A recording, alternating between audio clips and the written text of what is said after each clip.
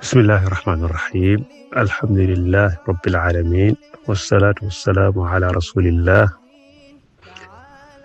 assalaamu aleykum wa rahmatullahi wa barakaatu. mbokk yi nga xam ne yéen ci teewlu te duñu teewloo fii si Al Amal TV ñoo ngi leen di nuyu di leen ziyaara di ñaan borom bi mu defal ñu tawfiq te defal leen ko.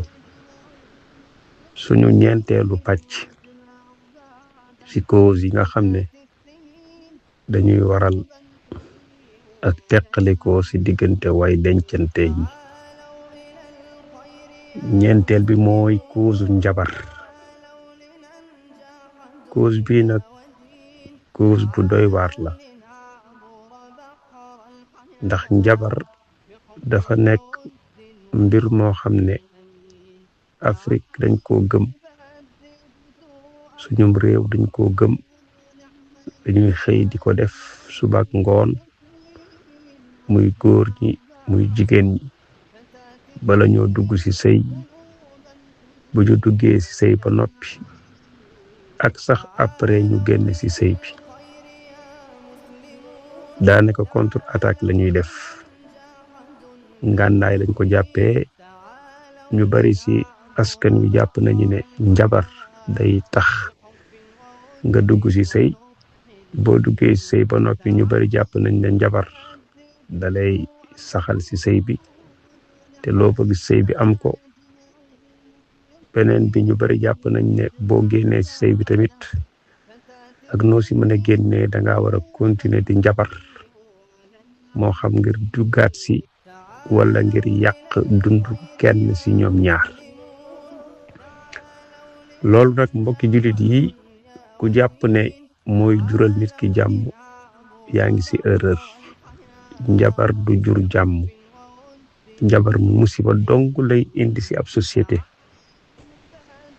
njabar du baaxal mais day bonal. njabar day yàq.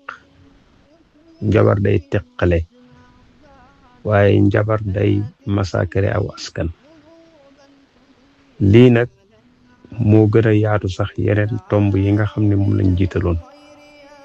góor ñaa ngi koy def jigéen ñi, jigéen ñaa ngi koy def góor ñi, goro yaa ngi koy indi seen kër yi. goro yi ñi ngi gas di suul di samp di yóbbu ci bàmmeel yi muy armeel yi. ñoo ngi samp ci guy yi, ñoo ngi tëmbal ci teen yi. te alxuraan li mu wax dafa leer, wala yuflixu saaxiru xaytu ata. ab njabarkat moom la muy def du ci texe mukk. kon ab njabarkat bu texewut kay sàkku ci moom ak njabar kenn waxaalewut. kon lii tamit cause la bu doy waar boo xamee ne day yëngal ab ménage, day yëngal ab sëy, waaye day yàq ab sëy. bu kenn jàpp ne njabar day dëgëral ab sëy, déedéet, day yàq. bal njabar sax day rey, te bu dee amee sëy ba tas na.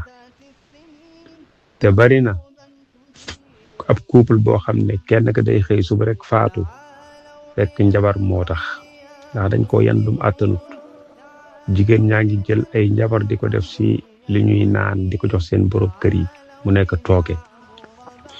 ñi ngi jël njabar di ko def ci li ñuy lekk ko jox seen borom kër yi muy jur tooke. góor ñi tamit kadalika, waaye nag li ëpp jigéen ñee koy def. jigéen ñee koy def. am na sax ñoo xam ne ni seen deretu mbërëg mooy seen deretu règle danañ ko jël jox ko njabarkat ba njabarkat bi def ci dara, ñu koy def ci ay jus, seeni borom kër di naan, seeni biir di fonk di metti. te loolu lépp ngir bëgg li nga xam ne ni moom mooy saa boo laajee sa borom kër mu jox la, foo ko wommat mu wuy si la, foo ko diri mu ànd ak yow. loolu nag bokki jullit yi musiba la goo xam ne day yàq société, waaye musiba la goo xam ne ni dafay tas diggante way dencante yi. yufarriquuna bihi bayna al mar'i wa zawji. ñu borom moom moo ko wax ci njabar danañ ci teqale diggante borom kër ak ka muy sëyal di soxnaam.